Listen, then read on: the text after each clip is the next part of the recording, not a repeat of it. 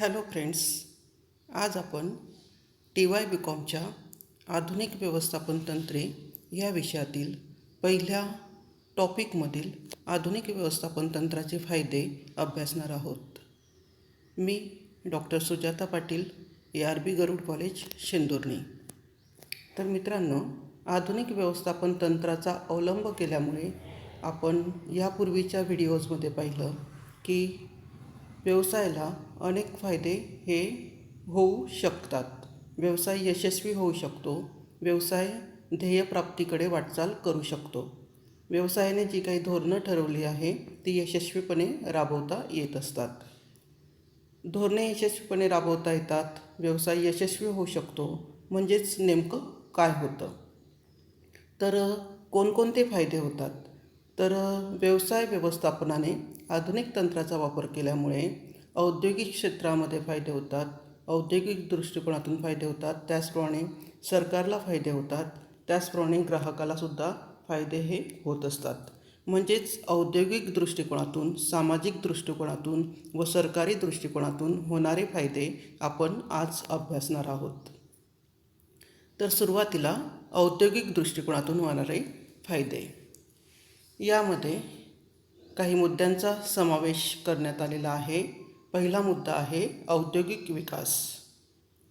तर औद्योगिक विकास होतो म्हणजेच आधुनिक व्यवस्थापन तंत्रामुळे नवीन नवीन उद्योगसमूह अस्तित्वात येतात. वेगवेगळ्या भूप्रदेशामध्ये उद्योगसमूहांचे जाळे निर्माण होते. आधुनिकतेने व्यवस्थापनाची कास धरल्यामुळे अर्थातच उद्योगधंद्याची भरभराट होण्यास मदत होते. आधुनिक व्यवस्थापन तंत्रांचे त्यामुळेच औद्योगिक दृष्टिकोनातून अनेक फायदे आहेत. पहिला फायदा आहे औद्योगिक विकास. आधुनिक व्यवस्थापन तंत्राचा वापर केल्याने उद्योगधंदे वाढीस लागतात, त्यांची भरभराट होते आणि त्याचप्रमाणे औद्योगिकरणास चालना मिळते. उद्योजक नवनवीन उद्योगांची निर्मिती करीत असतात, त्यामुळे विविध ठिकाणी उद्योगांचे जाळे निर्माण होण्यास मदत होते. नवीन उत्पादनास चालना मिळते, त्याचप्रमाणे जुन्या उत्पादनामध्ये सुधारणा घडवून आणता येते. आपण आधुनिक व्यवस्थापन तंत्राच्या वापरामध्ये पायऱ्या अभ्यासल्यात. त्यामध्ये शोध घेणे, सुधारणा घडवून आणणे ह्या पायऱ्यांचा समावेश सुरुवातीलाच करण्यात आलेला आहे. तर ह्या पद्धतीने औद्योगिक विकास घडवून आणण्यासाठी मदत होत असते. नवीन उत्पादनास चालना मिळते. एका उद्योगावर अवलंबून असलेला दुसरा उद्योगसुद्धा निर्माण होत असतो. त्यास उद्योगासाठी सुद्धा एक प्रकारे स्थान बाजारपेठेमध्ये निर्माण होत असते. म्हणजेच आधुनिकतेचा वापर केल्याने उद्योगांना अधिक प्रमाणात चालना मिळते आणि औद्योगिक विकास होण्यास मदत होते. मित्रांनो, दुसरा मुद्दा आहे वाहतुकीच्या सोयी.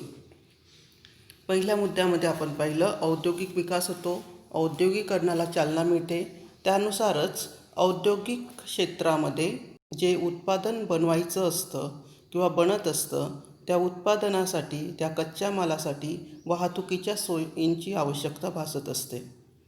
एकाच ठिकाणी वेगवेगळ्या उद्योगांची उभारणी झाल्याने वाहतुकीच्या मार्गांचा विकास हा होत असतो. त्याचप्रमाणे दूरस्थ वाहतूकसुद्धा ह्या ठिकाणी उपयोगी ठरत असते.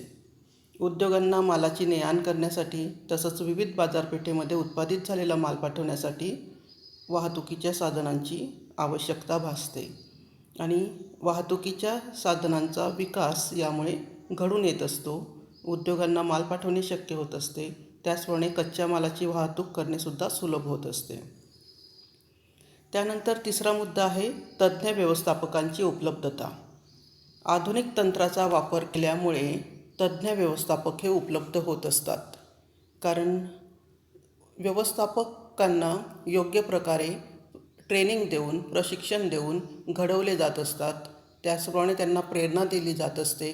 आधुनिक पद्धतीचा उपयोग उत्पादन करण्यासाठी केल्याने व्यवसायाला अधिक लाभ मिळू शकतो. तसेच मोठ्या प्रमाणावर उत्पादन घेणंसुद्धा शक्य होत असतं. म्हणजेच व्यवस्थापक जास्तीत जास्त योगदान व्यवसायासाठी देऊ शकतात आणि आपल्या स्किल्समध्ये ते वाढ करू शकतात, कौशल्य विकसित करू शकतात. त्यानंतर पुढचा मुद्दा आहे उत्पादन खर्चात बचत होते. व्यवसायात आधुनिक तंत्राचा वापर केल्याने उत्पादन खर्चामध्ये बचत होत असते. उत्पादनाची कार्यक्षमता वाढते, उत्पादनाचं प्रमाण वाढतं, उत्पादनासाठी आवश्यक असलेले साधने यांचा पर्याप्त उपयोग केला जात असतो. उत्पादनाच्या गुणवत्तेमध्ये त्यामुळे वाढ होते. ग्राहकांना उत्तम दर्जाच्या वस्तू ह्या दिल्या जाऊ शकतात. म्हणजेच आधुनिक व्यवस्थापन तंत्राचा औद्योगिक दृष्टिकोनातून हा फायदा आहे. उत्पादनात वाढ होते, उत्पादन खर्चात बचत होते, उत्पादनाचा दर्जा सुधारतो आणि ग्राहकांना आवश्यकतेनुसार वस्तूंचा किंवा सेवांचा पुरवठा हा करता येत असतो. त्यानंतर पुढचा फायदा आहे वितरण साखळी. वितरण साखळी किंवा मध्यस्थ साखळी म्हणता येईल. नवीन तंत्रांचा वापर करून विविध उद्योगधंद्यांची निर्मितीही होत असते. त्यामुळे नवनवीन उद्योगधंद्यांना नवनवीन उत्पादन घेण्यासाठी चालना मिळते आणि नवनवीन उत्पादन घेतल्यामुळे ते नवीन उत्पादन बाजारपेठेपर्यंत नेण्यासाठी वाहतूक करण्यासाठी मध्यस्थांची साखळी ही निर्माण होत असते. मध्यस्थांची गरजही भासत असते. म्हणजेच वस्तूंचं वाटप आणि वितरण मध्यस्थांकडून केलं जात असतं. त्यामुळे ग्राहकांना नियमित आणि वेळेवर वस्तूंचा पुरवठा हा करणं शक्य होत असतं. त्यामुळे वितरण साखळी निर्माण होणं हा सुद्धा आधुनिक व्यवस्थापन तंत्रामुळे निर्माण झालेला औद्योगिक दृष्टिकोनातून हा एक फायदा आहे.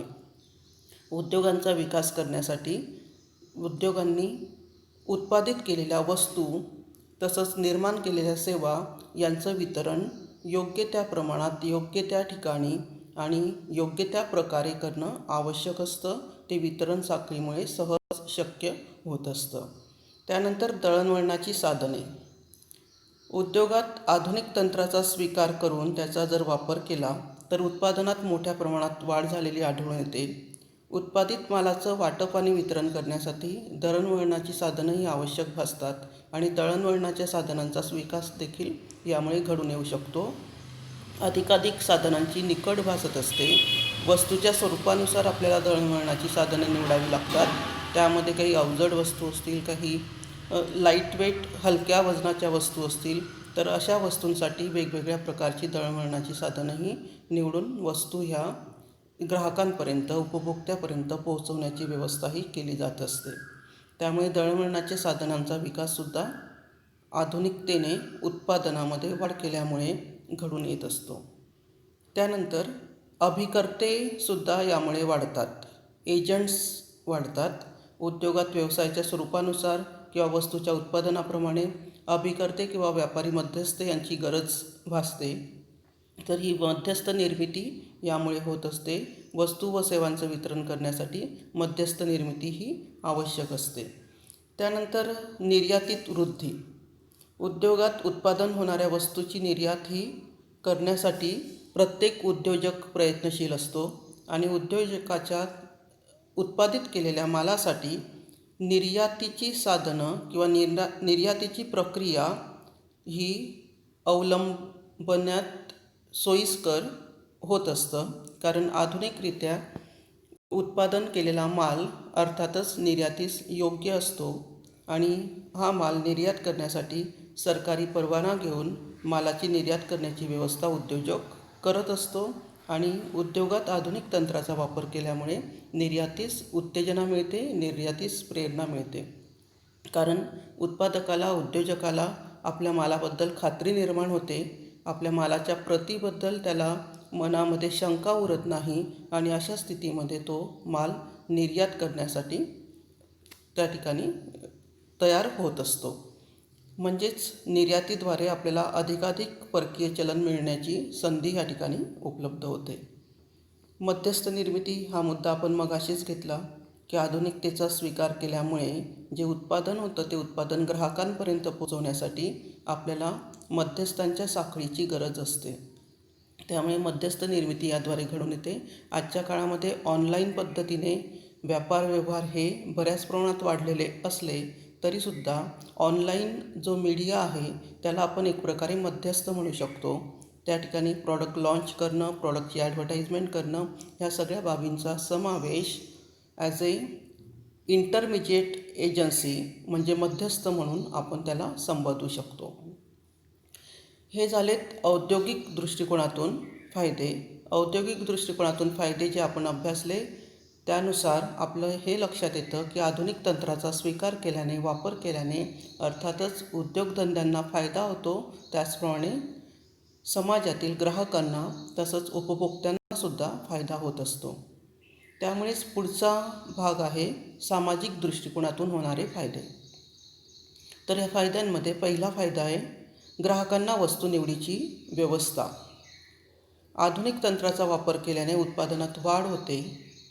उत्पादन अनेक प्रतीमध्ये किंवा अनेक प्रकारे घेता येत असतं. त्याचप्रमाणे अनेक उत्पादक तयार होत असतात. त्यामुळे ग्राहकांना वस्तू निवडीची संधीही उपलब्ध होते.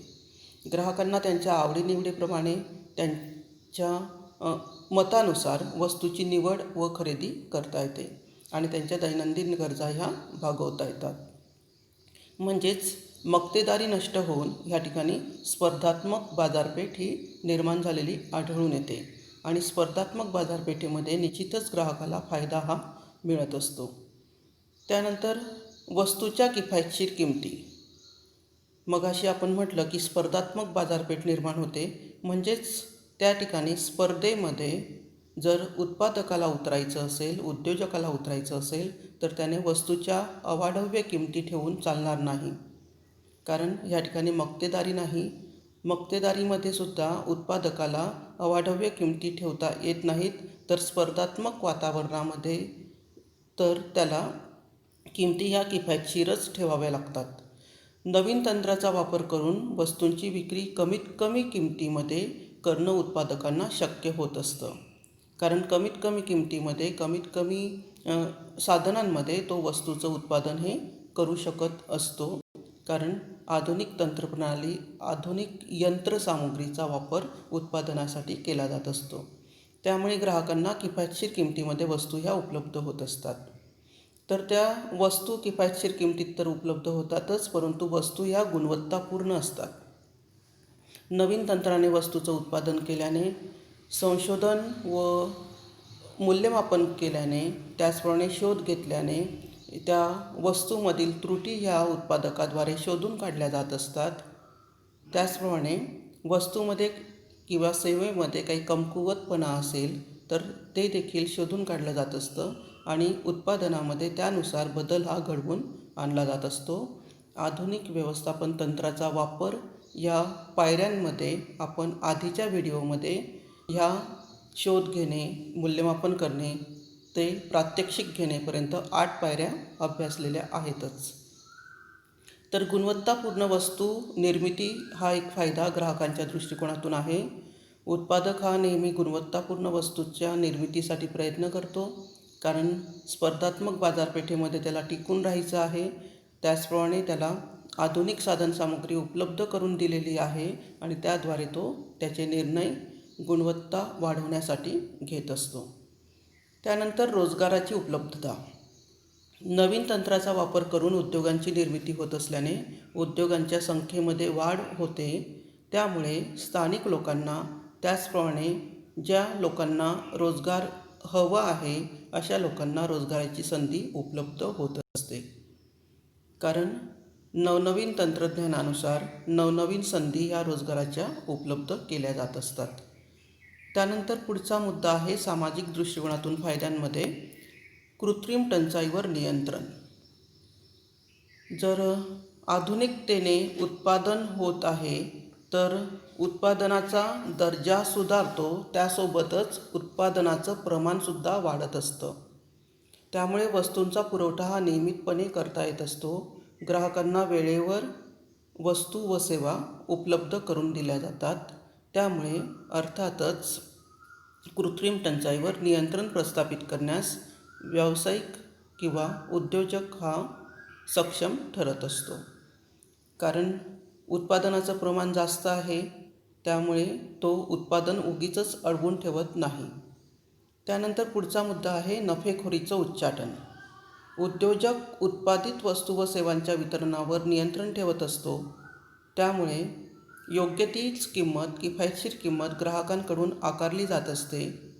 किमतीमध्ये ग्राहकाची फसवणूक केली जात नाही.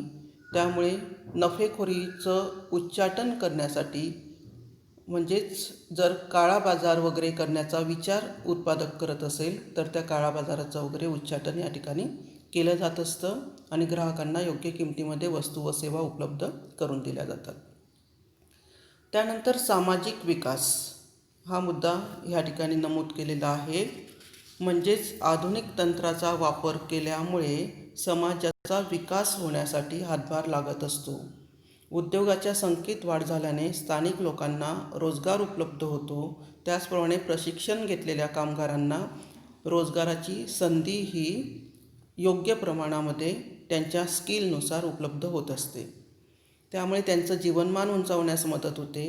कमीत कमी किमतीत चांगल्या वस्तू ह्या उत्पादित होत असल्यामुळे सेवांचा दर्जासुद्धा योग्य असल्यामुळे खर्चात बचत करणे शक्य होते आणि उद्योजकाने योग्य प्रमाणात वस्तू पुरवल्यामुळे सामाजिक विकास होण्यास मदत होते.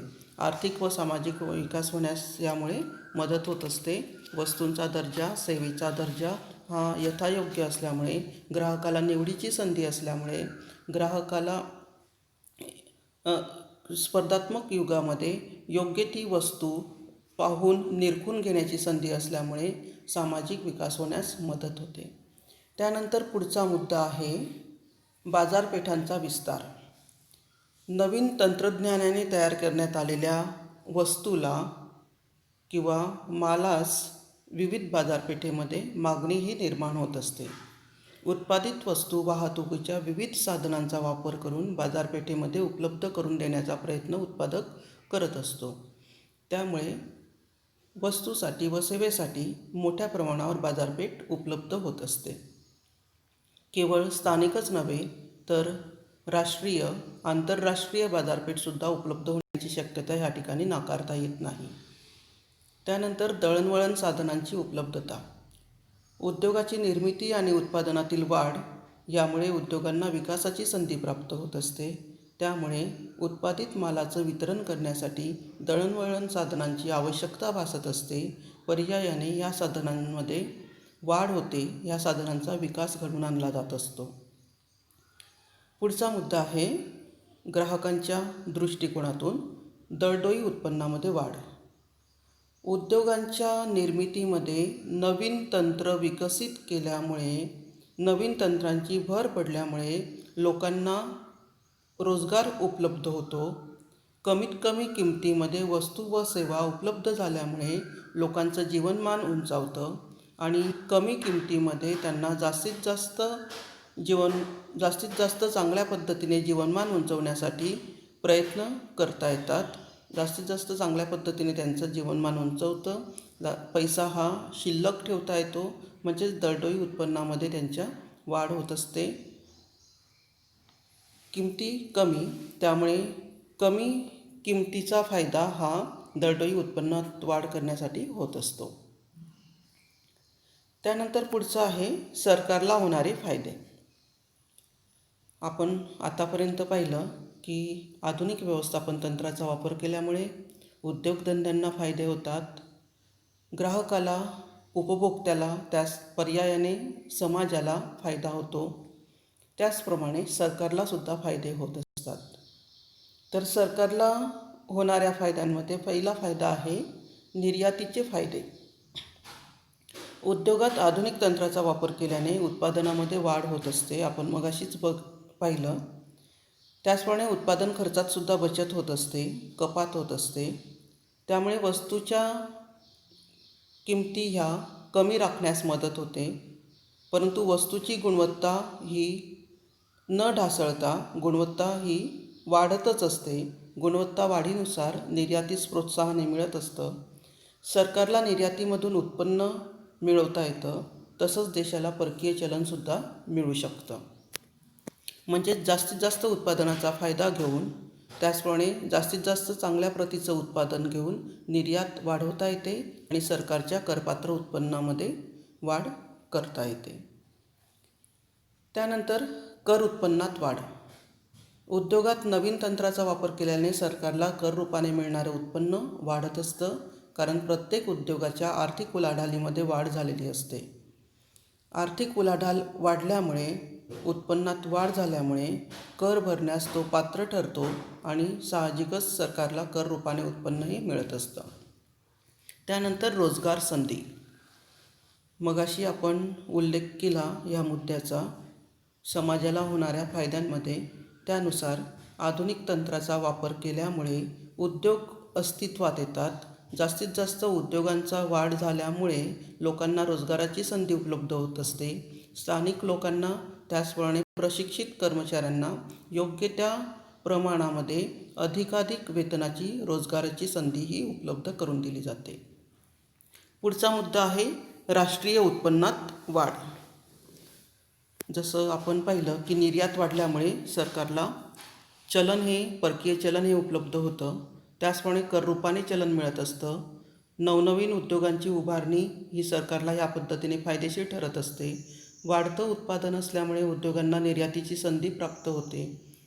त्याचप्रमाणे लोकांना रोजगाराची संधी प्राप्त झाल्यामुळे त्यांचं राहणीमान वाढतं, राहणीमान सुधारतं, त्यांच्या उत्पन्नामध्ये वाढ होते. म्हणूनच सरकारला याद्वारे कर रूपाने उत्पन्न मिळू शकतं. सरकारला निर्यातीतून अधिकाधिक लाभ मिळवता येतात. पर्यायाने देशाच्या राष्ट्रीय उत्पन्नामध्ये वाढ होते. त्यानंतर पुढचा मुद्दा आहे आयात निर्यात व्यापारास उत्तेजन. उद्योजकाने उद्योगामध्ये नवीन तंत्राचा वापर केल्यामुळे गुणवत्तेत वाढ होते. वस्तू व सेवांच्या गुणवत्तेमध्ये वाढ झाल्यामुळे निर्यातीस उपयुक्त असं वातावरण निर्माण होतं.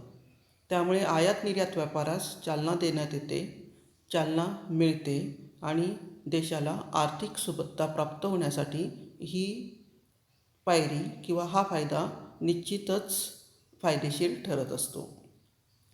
त्यानंतर पुढचा मुद्दा आहे प्रादेशिक विकास. प्रदेशाचा सुद्धा विकास होत असतो, कारण उद्योगांमध्ये आधुनिक तंत्राचा वापर केल्याने देशातील विविध भौगोलिक प्रदेशात राहणाऱ्या उद्योगधंद्यांची निर्मिती ही होऊन त्यांची भरभराट होण्यास मदत होत असते. त्यामुळेच त्या प्रदेशातील भागाचा विकास होण्यास मदत होते.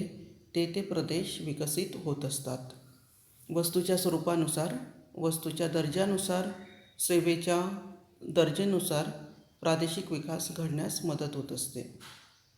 त्यानंतर पुढचा मुद्दा आहे दुर्गम भागाचा विकास. नवीन तंत्राचा वापर करून देशातील अतिदुर्गम भागाचा विकास करण्यासाठी सुद्धा सरकारकडून प्रोत्साहन किंवा उत्तेजन हे मिळत असतं. अधिकाधिक दुर्गम भागापर्यंत जाऊन उद्योगधंदे पोहोचू शकतात. तसंच उद्योगांना सरकारने सोयीसुविधा दिल्यामुळे, त्याचप्रमाणे लिबरलायझेशन धोरण अप्लाय केल्यामुळे, उदारीकरण हे धोरण अप्लाय केल्यामुळे जास्तीत जास्त उद्योगांना एस्टॅब्लिशमेंटसाठी संधी ही उपलब्ध होत असते. त्यामुळे उद्योगांना सोयीसुविधा सवलतीनुसार असे उद्योगधंदे, असे उद्योजक ग्रामीण दुर्गम भागामध्ये उद्योगधंद्या उभारण्याचं धाडस करत असतात. त्यामुळे दुर्गम भागाचा सुद्धा विकास घडून येत असतो. त्यानंतर पुढचा मुद्दा आहे कल्याणकारी योजनेत उद्योगांना सहभाग. सरकारकडून उद्योगांना कल्याणकारी योजनेत सहभागी होण्यासाठी प्रयत्न केले जात असतात. उद्योजक सरकारच्या विविध योजनेमध्ये सहभागी होण्यासाठी इच्छुक असतात. सहभागी होण्यासाठी त्यांची पात्रतासुद्धा असते आणि त्यानुसार कल्याणकारी योजनेमध्ये सहभागी होऊन उद्योजक सरकारला, पर्यायाने देशाला मदत करत असतात. त्याचप्रमाणे समाजाला सुद्धा मदत करत असतात. त्यानंतर पुढचा मुद्दा आहे नफेखोरी व काळाबाजार यावर नियंत्रण. उद्योजक स्वतः व्यवसायातील वस्तू वितरण व वाटप यंत्रणेवर नियंत्रण प्रस्थापित करत असतो. त्यामुळे वस्तूची किंमत स्थिर ठेवता येते, वस्तूच्या किमती किफायतशीर ठेवता येतात व वस्तूंचा पुरवठा नियमित ठेवणं उद्योजकाला शक्य होत असतं. त्यामुळे सरकारच्या दृष्टिकोनातून हा फायदा आहे की नफेखोरी व काळाबाजार यावर नियंत्रण प्रस्थापित करू शकतो आपण आधुनिक व्यवस्थापन तंत्राचा वापर केल्यामुळे. म्हणजेच आधुनिक व्यवस्थापन तंत्राचा वापर केल्यामुळे अनेकविध फायदे हे समाजाला होत असतात. समाजाला फायदे म्हणत असताना ते फायदे औद्योगिक दृष्टिकोनातून, सामाजिक दृष्टिकोनातून तसंच सरकारी दृष्टिकोनातून आपल्याला मांडता आलेत आणि हे फायदे होत असल्यामुळेच उद्योजकाने, व्यावसायिकाने आधुनिक व्यवस्थापन तंत्राची कास धरणं आजच्या काळामध्ये अतिशय आवश्यक आहे. याद्वारे आपण ग्राहकाला, उपभोक्त्याला योग्य त्या प्रतीची, योग्य त्या प्रकारची वस्तू व सेवा देऊन त्याला समाधानी बनवू शकतो. ग्राहक समाधानी म्हणजेच उद्योजकाला त्या ठिकाणी योग्य तो मार्ग उद्योगासाठी मिळू शकतो. उद्योगाला प्रेरणा मिळू शकते आणि उद्योजक अधिकाधिक उत्पादन घेण्यासाठी, अधिकाधिक प्रगती करण्यासाठी त्या ठिकाणी बांधील बनतो आणि प्रगती घडवून आणू शकत असतो. तर मित्रांनो, या ठिकाणी आपण आधुनिक व्यवस्थापन तंत्राचे होणारे फायदे आज अभ्यासले.